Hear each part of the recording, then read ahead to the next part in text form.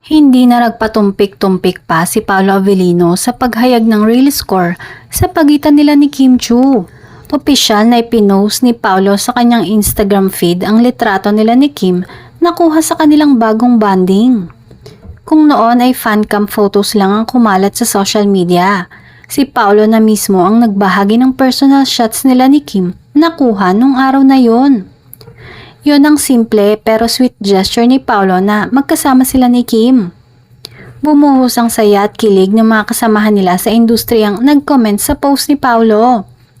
Mula nang mag-click ang tambalan ni Kim Chiu at Paolo sa linlang at What's Wrong with Secretary Kim, maraming fans ang nag-root na magkatuluyan sila sa tunay na buhay.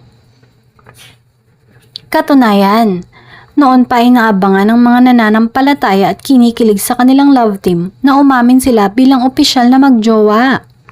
Gayunpaman, nanatiling bitin ang kanilang fans dahil napakatipid ni Paolo pagdating sa kanyang pribadong buhay. Hanggang pakilig-eme lang ito kaya naman patuloy ang pagpapantasya ng kanilang mga tagahanga sa kanilang romansa.